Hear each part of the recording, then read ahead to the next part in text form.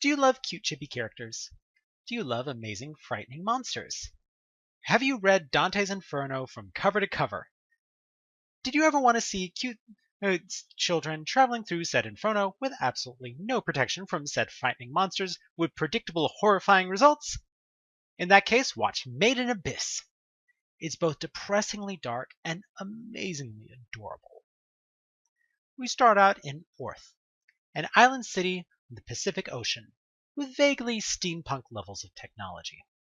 We see Riko, a cute 12-year-old orphan. She's an apprentice cave raider, which means she delves into the Abyss, a gigantic cavern filled with monsters and Magitech relics. While searching for relics, a giant monster from the deep comes up and tries to eat one of her friends. After distracting it, she is suddenly saved by an android who passes out unconscious. She brings him home to the orphanage, and he wakes up with amnesia. Riko decides to call him Reg. Later, a letter comes from the deepest parts of the abyss, from Riko's mother, who had been presumed dead, saying, "At the netherworld's bottom, I'll be waiting." Riko and Reg then decide to head off the bottom to look for her mother. There's just a few problems. One, it's a presumably bottomless pit filled with monsters that can eat them alive. Reg is a super strong android with extendable arms and an arm cannon, but it's quickly revealed he is nowhere near the strongest thing around. Two, going up gets increasingly painful the further down you go. That last part is a distinguishing factor in the series. Ascending more than 10 meters triggers the Curse of the Abyss. At first, it causes nausea and vomiting. Then as you go deeper, it gets worse and worse. Ascending from the 6th layer to the 5th is deadly or worse than death. Now, let's get into the other part of this horror story. The people.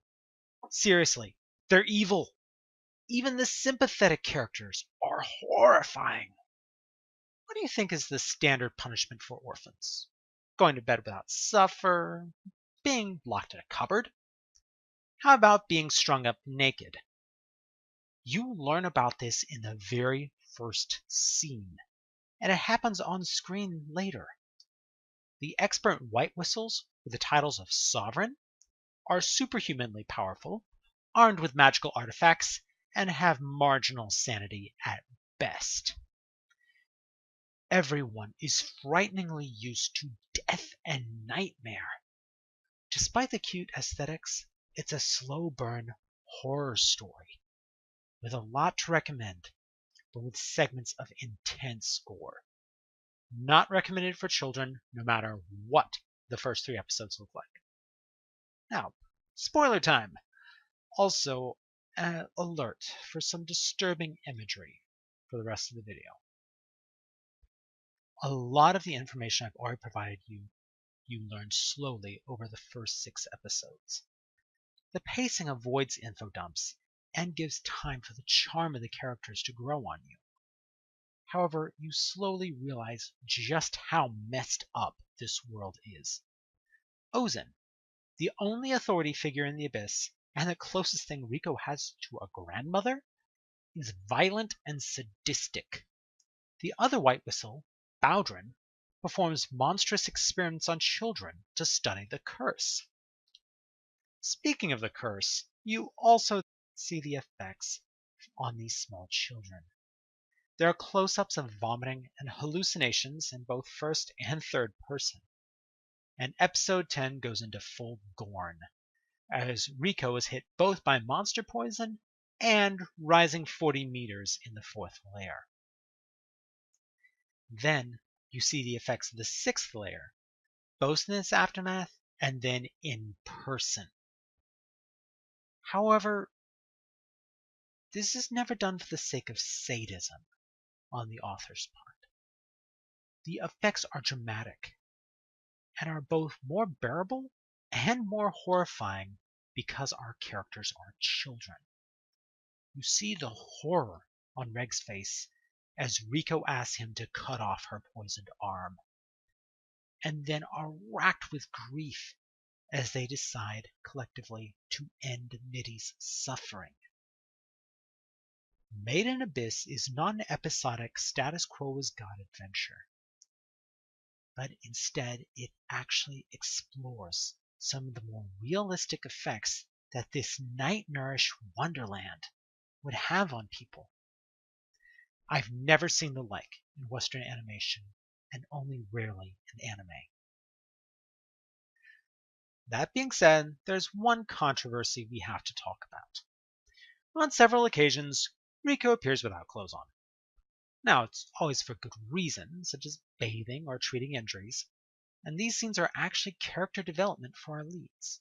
Rico's fine with being nude in front of Reg since he's a robot. She definitely does not view him as a boy, but as an artifact to study. On the other hand, Reg definitely views her as a woman, with all the finesse of any 12-year-old. Oddly for the genre, and very much to this show's credit, Rico's not sexualized at all. Due to a mix of camera angles and Godiva hair, you don't actually see anything.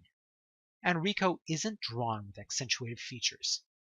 In fact, in the season finale, it's actually sweet, as Reg helps Rico recover from her injuries in a hot spring.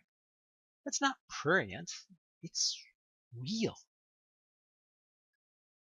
In any case, it's a good show, but keep it away from children. A movie and a second season have already confirmed to be in production, scheduled for 2019 release. And if you can't wait, you can read the manga ahead quite a ways before the show starts back up. Finally, I'd like to give a public thanks to the Alamo Drafthouse Free Anime Night for introducing me to the series. I probably wouldn't have seen it without that. And I would have been a much poorer man for not seeing the show. Thanks for listening, y'all.